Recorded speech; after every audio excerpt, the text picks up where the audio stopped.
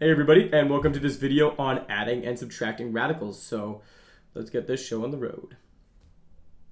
Alright, let's try adding and subtracting some radical expressions and see what happens. For instance, 2 times the square root of 5 plus 8 times the square root of 5. Now, I bet if I'd given you a slightly different problem like 2a plus 8a, you'd probably have no doubt in your mind that the sum was 10a, and you'd be absolutely right. The variable a represents some number. We had 2 times that number, and then we added 8 more times that number for a grand total of 10 of that number. Well, here we have the exact same thing. I'm not sure exactly what the square root of 5 is, but it's a number. We've got 2 of them to begin, and we add 8 more to that for a grand total of 10 square roots of 5. Let's try another. How about 4 root 2 minus 9 root 2? Same idea. I'm sure if I gave you a very similar problem like 4x minus 9x, you'd have no doubt in your mind that the difference was negative 5x. X, this variable represents some number. And the square root of 2 is also some number. I don't know exactly what it is, but it's a number. So we've got 4 times that number minus 9 times that number for a grand total of negative 5 times that number. Now what happens if those radicands aren't the same? So for example, 6 times the square root of 3 plus 2 times the square root of 7. Here, things look a lot less straightforward, and we might be thinking, how do I add these? Well, we can't.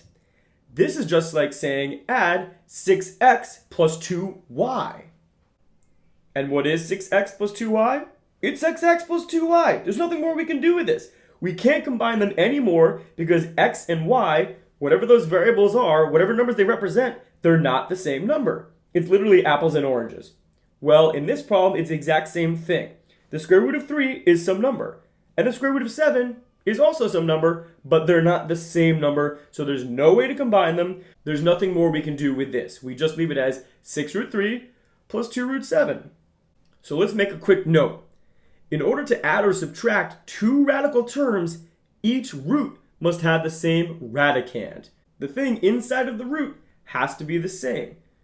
All right, let's try another. And note that in every example we've done so far, we've had a square root and a square root. What happens if we have a square root and a third root, like in 4 times the square root of 5 minus 6 times the third root of 5? Now note, we do have the same radicand here, because 5 is the number inside of both radicals. But something still seems a little off. Like in our last example, we're not going to be able to subtract these. There's nothing more we can do.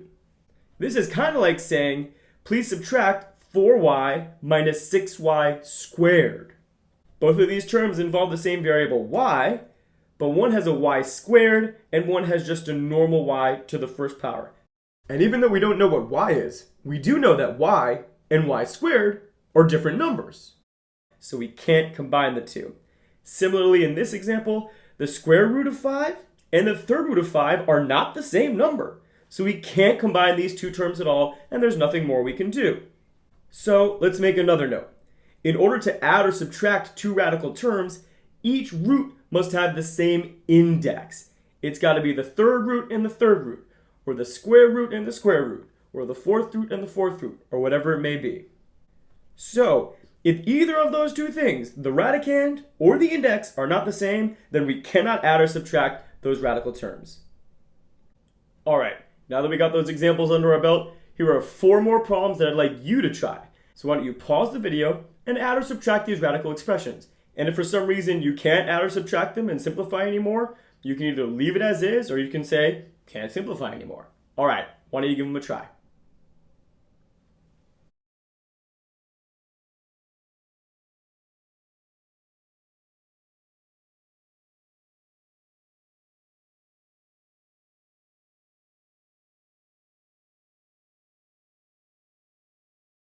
All right, let's try a few more. Now when I look at these, I see that in the first example, we have the same index. It's a square root and a square root, but our radicands aren't the same. One is the square root of 2, one is the square root of 8. And same thing in our second example. We've got the same index, we've got a third root and a third root, but again, our radicands aren't the same. We have the third root of 16 and the third root of 54. So at first glance you say, well, there's nothing we can do. We can't subtract these. But when I look at, for instance, the square root of 8, something tells me that we can simplify this. And indeed we can. We can rewrite the square root of 8 as the square root of 4 times the square root of 2. And the square root of 4 is a nice number. That is 2. So in our original example, when we're subtracting 3 times the square root of 8, that's the exact same thing as subtracting 6 times the square root of 2. And then you see that our original problem can actually be rewritten as 5 times the square root of 2 minus 6 times the square root of 2. We got the same index, we got the same radicand, we can go ahead and subtract these. And we end up with negative 1 times the square root of 2, or just negative the square root of 2. So even if our radicands aren't the same, if we have the same index, you should look to see, is it possible to simplify one or both of these radical expressions to then have a problem where we have the same index and same radicand, and then can go ahead and add or subtract. Let's try another one. In this case, of course, yes, we have the third root and the third root. The index is the same. Great, but the radicands aren't. But I think that we can simplify both the third root of 16 and the third root of 54. I think we can rewrite the third root of 16 as the third root of 8 times the third root of 2. And I think we can rewrite the third root of 54 as the third root of 27 times the third root of 2. And what's so nice is that the third root of 8, that's a very nice number. That's just 2. And the third root of 27, that's also a number. That's just 3. And so our original problem, once we've done some simplification, actually turns into 8 times the third root of 2 minus 6 times the third root of 2. And now we've got the same index, we've got the same radicand, we're ready to go. We end up with 2 times the third root of 2. So again, in this case, it originally didn't look like we could subtract them, but once we did some simplifying, we could.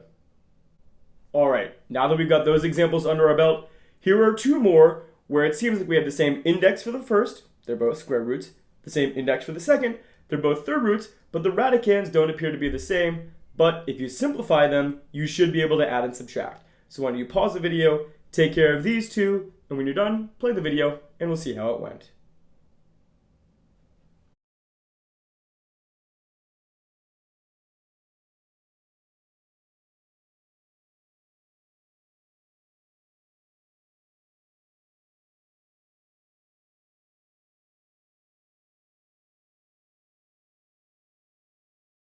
Alright guys, that's it for this video. I hope you found it helpful, and I hope you enjoyed.